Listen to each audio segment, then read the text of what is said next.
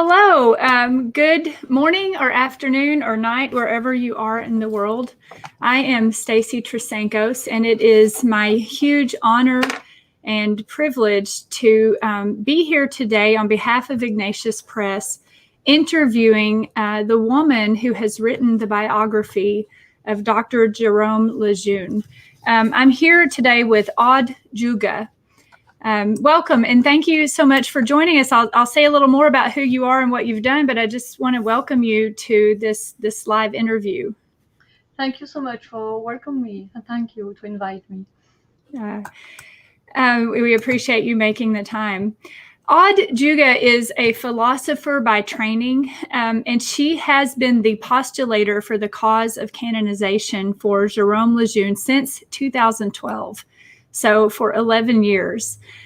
She works with the Association of Friends of Professor Lejeune and has written this biography for Ignatius Press.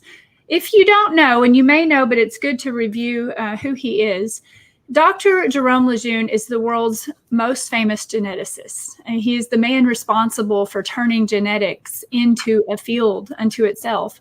As a Catholic husband and father, he also was a very devoted supporter of the pro-life cause during his lifetime, especially during the years in the 1970s when abortion was becoming legal all over the world. He pushed proactively for finding cures and understanding what they called at the time mongoloidism, which we now call trisomy 21 or Down syndrome. He discovered the genetic cause for that, and he fought valiantly to help his little patients. So he called them his little patients. And he was very, very distressed and spoke out in kindness and charity, but firmness against the extermination in utero of these little patients of his. The book that Aude Dugast has written, Jérôme Lejeune, a man of science and conscience, takes us through his life. It is a full biography, takes us through his life from early childhood to his work with these little patients, these children, and his discovery. She explains how he discovered the 47th chromosome when all the rest of the humans have 46. He discovered the reason for this condition. To the parts of his life where he gave up awards and accolades and promotions, including the Nobel Peace Prize twice, to be the nomination for that prize twice, to keep his focus always on his patients, these children he was trying to find a cure for. We know now there's no cure for it, but he did so much to bring an understanding. He had a close friendship with John Paul II and was even appointed as head of the Pontifical Academy for Life before the end of his own life, and did go on to win hundreds of prestigious accolades from those who appreciated his defense of human life. To write this definitive biography, Dugast, the postulator for the cause of canonization for Dr. Lejeune, has gone through consulting friends, family, archives, meeting at length with his wife and other relatives and other collaborators during his work. And she delivers us a wonderful book. I've read it twice now, once quickly and a second time in depth, to take us all the way through, to really help us get to know who he was and his relentless, courageous pursuit of truth in both faith and science, and how he had the courage to speak up for the preborn child when he was shunned for doing so by his colleagues. He loved his patients unconditionally. He knew what he discovered about them could lead to their extermination in utero, something we've seen come to fruition almost in our world today, and he fought for them. Welcome, Aude. Thank you so much for being here and writing this book. Thank you very much. And you talk so well from Jérôme Lejeune that I think that you could be the postulator of his cause of canonization. I read your book. Thank you. Yes, it's really a great. It was a great man, but you see, I say he is because he died, but not in our memory, and is his testimony is still very important for us everywhere in the world, not only in France, but so many countries, and also a lot in US, because he met so many people. He went so many times in US for testimony. First for all the congress in genetics and the scientific congress, because he was, as you said, one of the most famous geneticists in the world in 1960, 1970, and after. And in the second part of his life, he was really one of the best, I would say, servant of God and testify of life and the beauty of life. And he went all over the world to testify for the beauty of life. Yes, I loved how he called his the children his little patients. How I'm very interested in your work. You spent 11 years to bring this book together. I mean, that's a significant part of your own life. How did you know you had to do this? And I'm really interested in how you went about the process of gathering all this information and compiling it so well to tell the story. You never met him personally, correct? No, never. How did you do all of that? I mean, what is your process? What was your motivation? How did you know God wanted you to do this? I have been working in the Jérôme Lejeune Foundation, was created after the Jérôme Lejeune died. The foundation has been created in 1996, and he died in 1994. And I went at the foundation in 1999, so 5 years after he died, and at the beginning of the foundation. And I was in charge of communication and bioethics. And when in 2004, 2006, sorry, the Cardinal Archbishop of Paris asked the family to open a cause of canonization. The family asked to the foundation to do it, and at the foundation they asked me to do that. So it's the reason why now is I am the postulator of this cause of canonization. But of course, it's for me, it's a huge opportunity, and I'm really very fortunate to do that. And so I have to. The process opened in 207, and for the canonization process, we must give the proof that there is a reputation of sanctity, of course, and also we have to give the proof that the candidate, the servant of God, as we say, lived each Christian virtue to a heroic level. So faith, hope, charity, strength, justice, prudence, and temperance, as everybody knows. So, to give this proof, of course, we have to study all his life, and with the best intention. And so we have to gaze all the documents and testify that we can. And so 2 stages in this inquiry.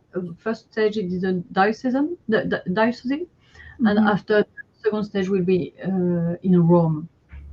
And the beginning was in 2007, and now you see we are in 2021, and it's not closed yet. So any idea how much longer it might take? Yeah, so now, no, I don't know, because I would say that the most difficult for me is done, because we made the study, we gaze everything. When I say everything, I'm talking about how many 45,000 pages. Wow. Yes, 45,000 pages. So testimonies and documents and letters. So letters from Jérôme Lejeune to his wife, and from his wife to him. And maybe we talk about that after, but it's very beautiful, because we each day when they were not together, they wrote each one to the other. So we have 2,000 letters from one to the other. 2,000 letters. So it's just incredible. and so many letters for friends, and of course from scientific and patients, and from servants of life all over the world. So it makes a great matcher. And also he wrote so many publications, scientific publications, 500. That's a huge work for me. And so many testified who were listened by a tribunal, where there is the l'avocat du diable, we say. I don't know, the devil advocate, you say in American, no? We say that the advocate who tries to find if someone is lying or not. Yeah, devil's advocate. Yes, yeah. devil's advocate, yes. Yeah. To play the other side. Yeah. Yes. You have to do that still. Yeah. Yes, exactly. Very interesting. So obviously it helped that he had so many records and publications and writings to his wife. Sorry, I didn't understand. Yeah. It obviously helps his cause that he wrote so many letters to his wife and so many publications. Of course, because for example, these 2,000 letters with his wife are fantastic for someone who wants to write a biography, because he explains everything, and we love a lot in the family and friends, because Mrs. Lejeune asks him every day. She asks, who have you seen who say what? So in each letter he say, I saw who told me this. So I knew everything when he was, for example, at New York, or no, so everywhere. He say, I in New York, this professor who told me that thing. So it's great. It is. It's I felt like I wasn't just getting to know Professor Lejeune, but I was also getting to know his wife. Berthe, is that how you pronounce her name? In French, we say Birthe. Birthe, okay. But Birthe. She's all throughout the book, and it really is. It's very inspiring to see how they supported each other. I mean, he was so tender and supportive of her as the mother of their children, making sure they went on their vacations every summer to the beach, and he told her everything. She was really his confidant and his biggest fan, giving him advice on decisions to make. So I appreciated that you kept so much of the letters in the book. At the beginning of the book, I did not thought that I would write on Mrs. Lejeune. It was a book on Jérôme Lejeune, but very soon I saw that I could not write on Jérôme Lejeune without writing on Mrs. Lejeune, because really they did everything together, and we see that from the beginning, where they are just engaged before the wedding, and they wrote each other every day, because Jérôme Lejeune is in Germany. After the Second World War, so he's there, and Mrs. Lejeune is in France, and so they wrote each other, and they get married in 1952. And after, of course, they live together. But I could read to you maybe it's the last letter that Jérôme Lejeune wrote to his fiancée when she's in Denmark, just 1 week before the wedding. And when I saw that letter, I must confess that I was very moved by this letter, because we could imagine, especially now, that a week before you would have said, is everything ready? How is the buffet? How is the decoration? But you see, we will see it's nothing like that.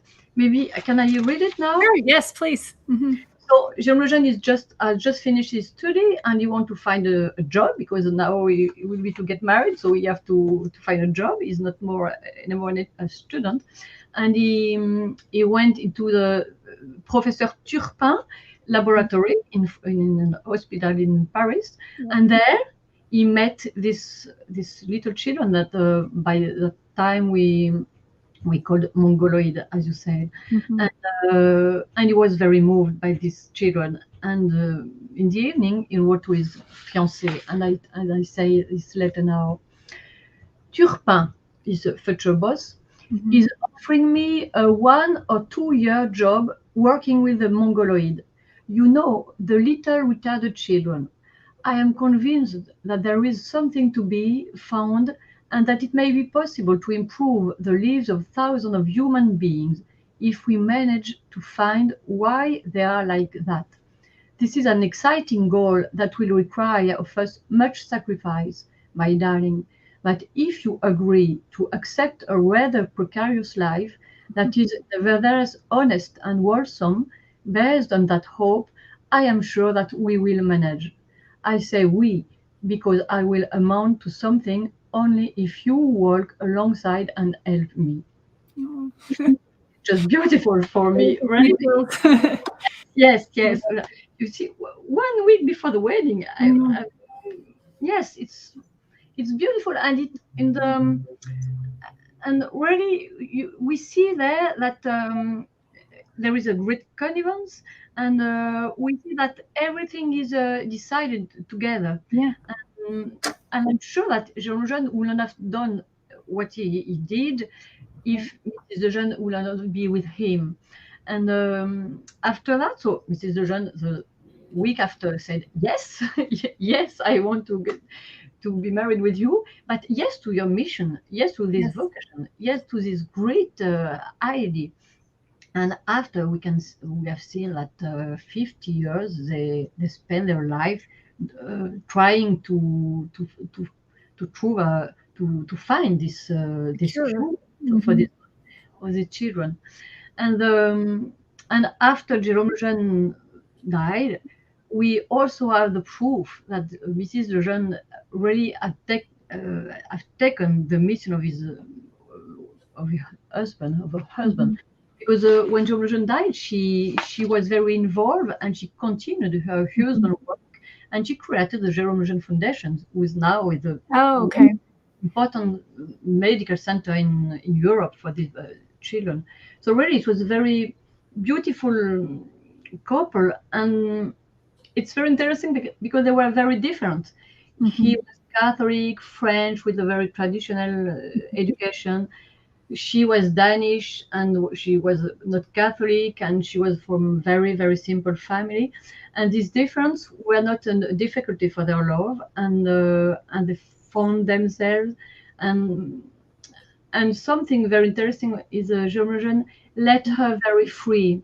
She was very different, and some French society, sometimes you must be like this and not like that. Yeah. And she was very different. She was very from another society, and he let him as she was. And this is a very good proof of his freedom. His freedom, and it was. So many people say that this couple was providential, and I think so. Yeah, of course. Of course, yeah. She helped him. She helped him make his decisions about what appointments to accept, what publications to make, when to stand up, when to keep going. You mentioned in the last part of the book how he always had hope.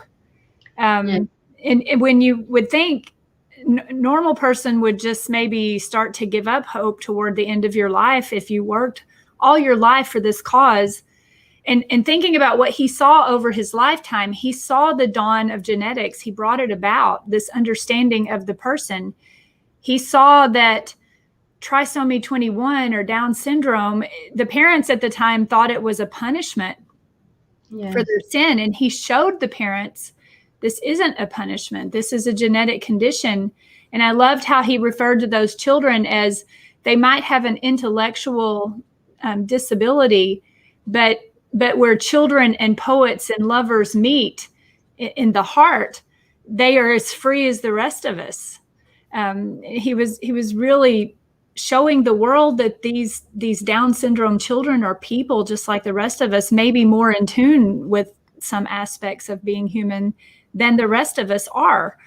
And I can't imagine how heartbreaking it would have been for him to bring this knowledge to the world, and then to see the world, his colleagues say the cure is to kill them in the womb. And Yes, then to see in vitro fertilization, and then to see contraception and all those things, it just would have been so hard. yes, I think that for him it was a nightmare. Yeah. He made this, as we see in this letter, his first mission. He want to cure these children. Is really all his life is oriented, is aimed to this cure, and he made this fantastic discovery for that, and the discovery is turned against these children to kill them, and for him it was a very, yes, a great nightmare, a great hurt girl, I would say.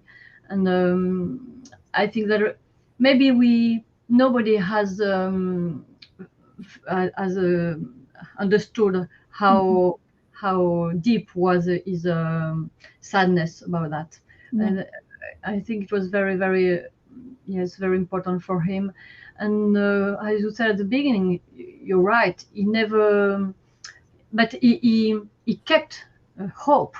He never lost hope, and this is for me is really it's also the proof that this virtue for him was heroic, because in this world, when he saw, he had the gaze of a prophet, so he saw before us, before everybody, that there will be a massacre of the innocents, and that if in 1969 say, okay, we can make abortion for children who are different, who have a disability. He knew that 50 years after, it will be thousands and thousands and millions of babies will be aborted. So he saw this massacre of the innocent before everybody, and he kept hope. Why? Not on the human level, I think. I think that he knew that in 1970, 1980, we were going to lose the battle. But the hope is most important. So because hope knows that life will win, that death is never a victory. Only life will win, and maybe it will not be in 210 or now, but maybe in 10 years, 20 years, and this is the most important, and this is a way for us. Yeah, he can give hope to us. As we, in the dawn of our own age, we're probably looking forward to, what's going to happen beyond our lifetimes is even more horrific crimes against humanity, thanks to biomedical advances. So it was beautiful. He died. I was amazed. He died on Easter. Yes, the early morning on Easter. Of course, everybody saw in that day a sign of his sainthood, and the family was very moved because the Pope John Paul II wrote to the Cardinal Archbishop of Paris the day after, and wrote a beautiful letter where he said, I can read the beginning of this letter with beautiful. He said, I am the resurrection and the life. He who believes in me, though he die, yet shall he live. These words of Christ come to mind when we find ourselves faced with the death of Professor Jérôme Lejeune. If the Father who is in heaven called him from his heart of the very day of Christ's resurrection, it is difficult not to see in this coincidence a sign. And of course, all his life was given to life, and when you die the day of the life, the resurrection of the life, this is a sign of the hope for us. Yes. Yes, very much so. Yes, very much so gives us hope today. I encourage anyone listening to read this book. I've read it twice now. There's a lot of, it's beautiful how you tell the story, Aude, how you I love it when a historian puts together the facts, the pieces, the actual quotes and letters and publications, but you pick just the right parts of him, of his legacy, and you weave it together to tell a story. It's not just reading a story. I feel like I know him now. I feel like when I can pray to him, I can ask him to pray for the things that are going on today, to continue helping us fight this fight in defense of human life. Yes, I decided at the beginning of the book, I decided to make this biography like a novel, because Yeah. I know that I don't read a book with too complicated, so I wanted something Yeah. easy to read. For me, it's very important. But I wanted also a book very precise, with precision, and with all the historical reference, so that the people who really want to research more on the life of Jérôme Lejeune can find the reference and all the documents where you. So everything I wrote in that book, I can see that it's true. Yeah. And even the dialogue between Jérôme Lejeune and his wife, most of them are true, because of course I was not there during in their house, but she told me so much about his husband, and I found their letters. So most of his dialogue are the letters, but that I made as not like letters, but I made dialogue.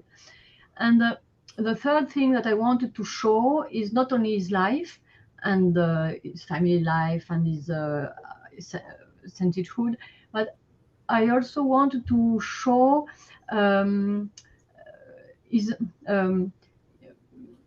words, to give his arguments, so that we can also, we can use these arguments. We can understand why he say that, and how we can argue that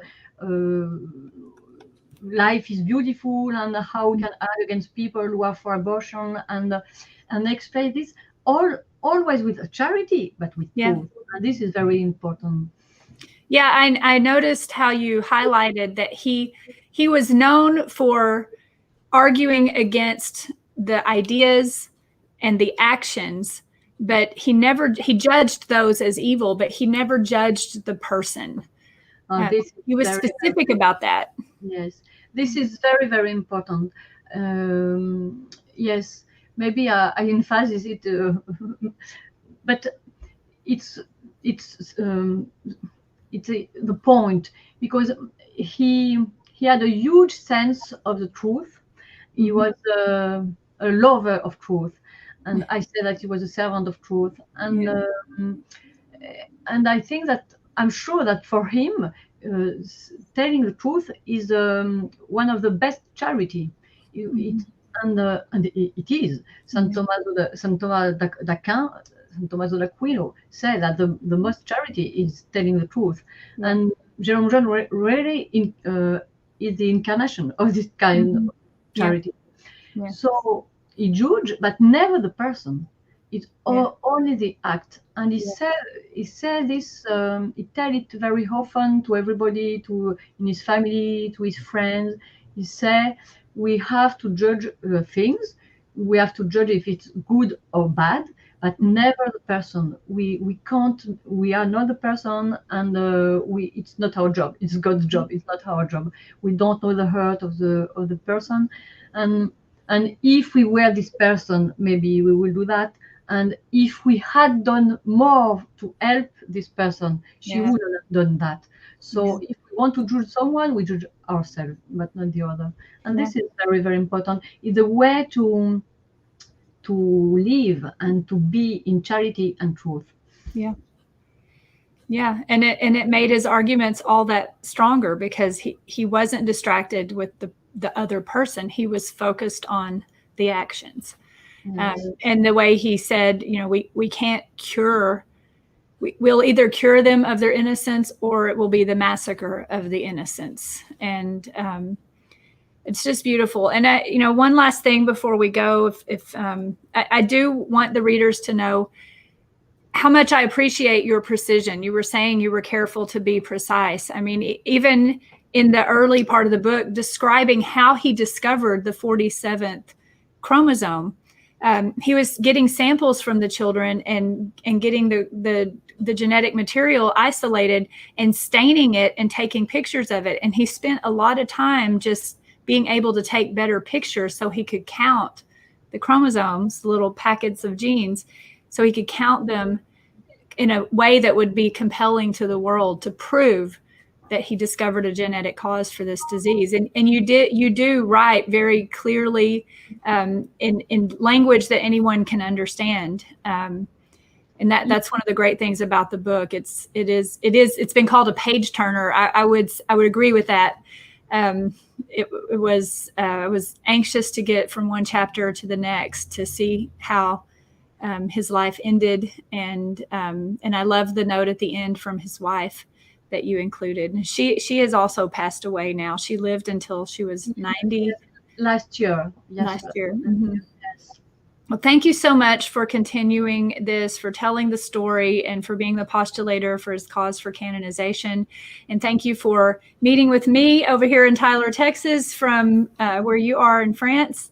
Yeah, I'm in Paris, and thank you so much for your invitation. And I'm very happy if so many people can meet Jérôme Lejeune with this book and discover him. And I'm so happy when I read him, and when I hope that so many people will be very enjoyed to read it. Okay. Well, thank you very much. And I hope we talk again. Aude, I hope that we will be able to talk again in the future. Thank you.